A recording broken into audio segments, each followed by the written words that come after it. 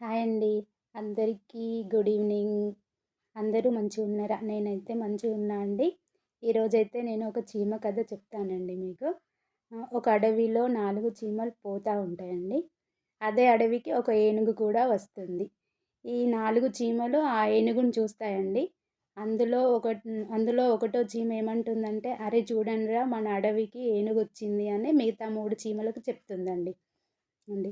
అయితే అందులో రెండో చీమేమో, "అవునురా మన అడవికి ఏనుగొచ్చింది. దాని కాలు విరగ్గొడదామా" అని రెండో చీమ అంటుందండి.